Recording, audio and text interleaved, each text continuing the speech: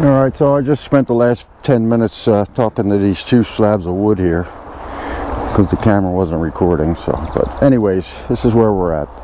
I got another craft show coming up in about a month, and these are my own personal slabs that I had cut.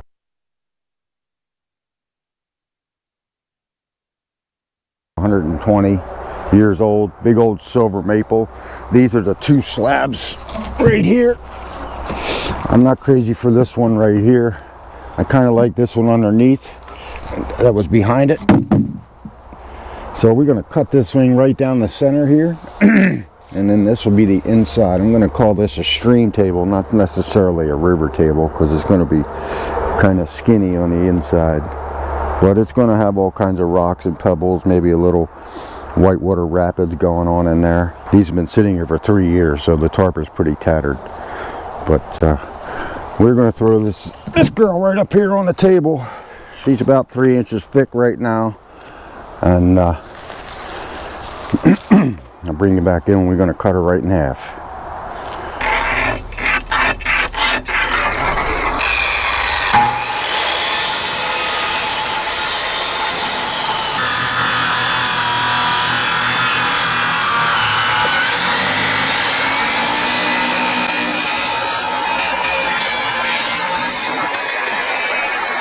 Now I have to take more off of this side here to get the width of the whole coffee table that I want it to be.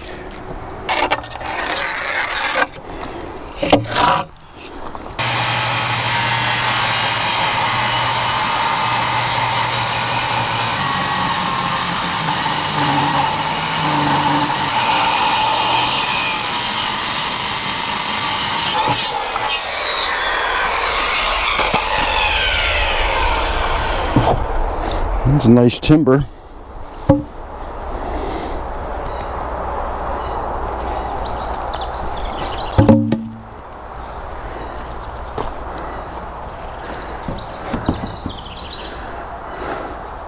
Oh, that's the wrong piece.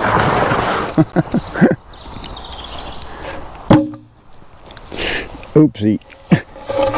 Throw away the wrong piece. This is the one we want. There we go. Well, that's going to be it right there, huh? I definitely have to shorten her up and cut these ends off. Now they got a little bit of cracking and splits going on. Right in here you can see where it's split like an inch in. So we're going to clip them off, make them nice. And I might even clip the corners. I might even round the corners a little bit. And I don't know if I like this edge dropping off or not. If I could do something with the face here, maybe with some kind of rock ledge or layer some rocks in there, might be cool, but that's going to take a while. I don't know. If not, I'll knock it back with a chisel and taper it in, kind of like this, but not as drastic. But I think that I really like these inside curves in here where it goes inside, be like kind of like a cave. I like that. So all right, let's that's it. We're gonna get her set up to get cleaned up, and next step is the router table, flatten it all back out. All right.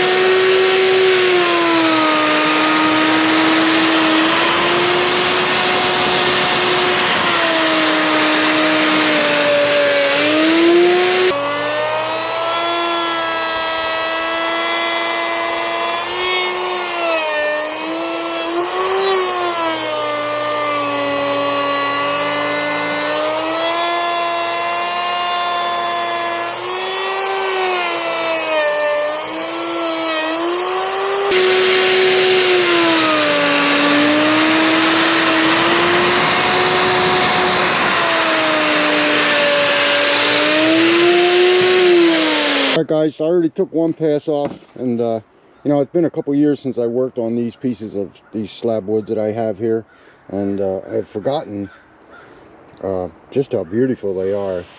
And we got a little bit of ambrosia going on in there, and when this thing gets covered in epoxy, she's going to just light up. All them beautiful grains. You could see where what I call the fire pattern up in here. It's got all the tips. This is all ambrosia.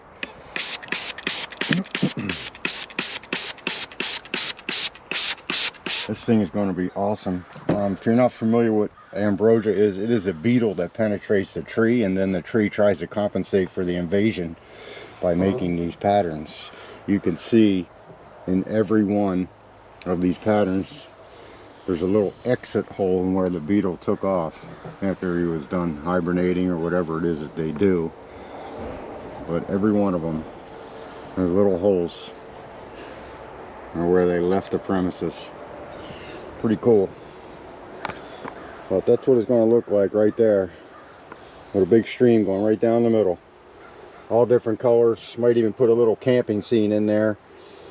This left side's all going to be a rock ledge. I'm going to fill all this with real small rocks and just make it look like a cliff.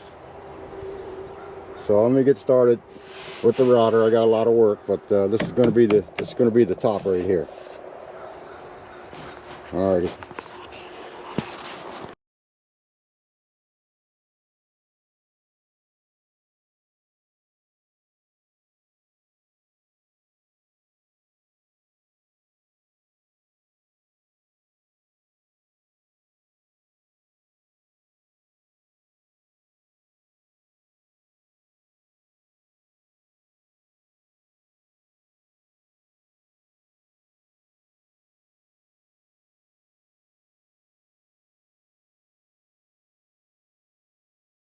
Waterfall going down through here, and I'm going to show you how I do that.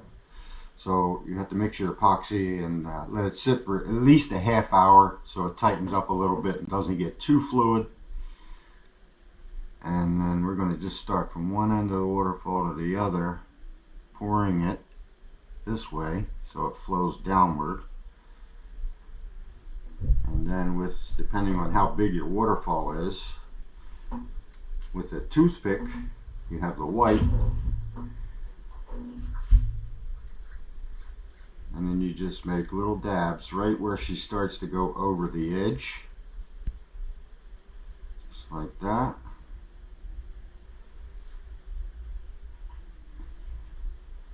You can't count on getting the result every time, so you have to, I think it's a good thing that you don't get the same result every time. Let's put a couple streaks in here. And what happens is you let the epoxy make the waterfall. Just like that. That's really all you need. I don't like a lot of water because I like to see the rocks. And then you could just hit it with a torch. Just get it going.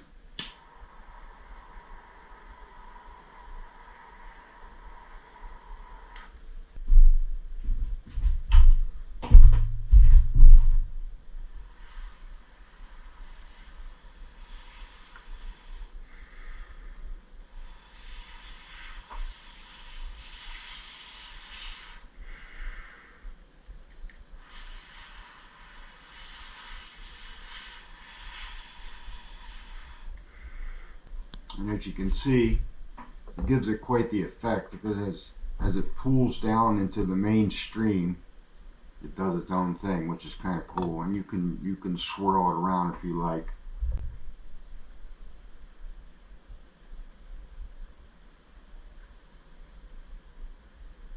And I'm just going to keep on pouring the blue in spots that aren't moving.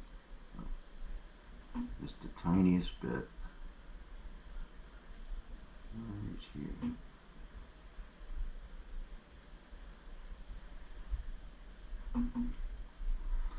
I put that on the downside, so it's already going to start to move down. I'm just going to put a little dab of white in there.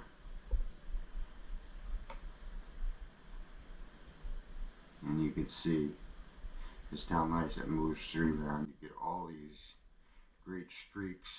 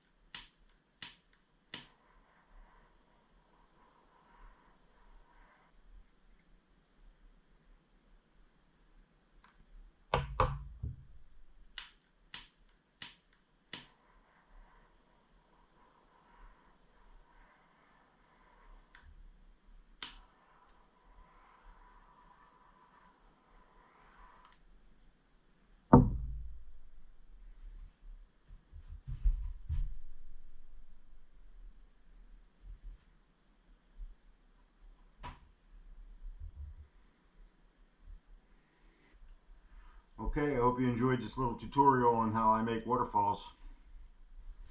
Thanks, guys.